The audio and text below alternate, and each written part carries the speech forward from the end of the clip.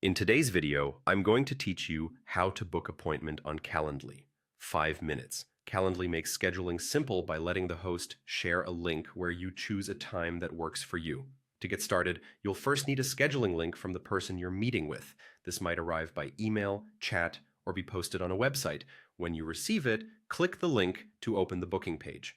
On the booking page, you'll see the meeting details, like the title, duration, and a short description. Before selecting anything, take a quick look at the time zone shown near the top of the page. Calendly usually detects this automatically, but if it looks off, use the time zone control to set it correctly so your times display accurately. Next, choose an available date on the calendar.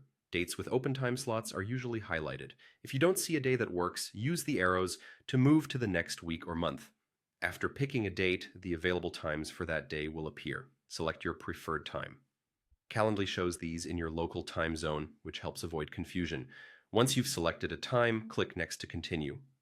You'll now be asked for a few details. Enter your name and a valid email address, the one you actually check. This is important because Calendly sends the confirmation and calendar invite there, along with any video conference links provided by the host. There's usually a section for additional notes or questions. Use this space to share anything that will help the meeting go smoothly.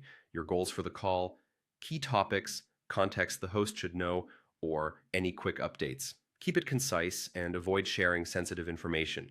When everything looks good, click Schedule Event. Calendly will confirm the booking on screen and send you a confirmation email. In most cases, the event is automatically added to your calendar. If you prefer, you can also use the Add to Calendar options on the confirmation page to send it to Google, Outlook, or Apple Calendar manually. You'll typically find reschedule or cancel links in the confirmation email if your plans change, and any location details or video meeting links are included there as well. That's it. Your appointment is scheduled and ready to go. If this walkthrough helped, feel free to replay any section while you book your next meeting. Thanks for watching, and happy scheduling.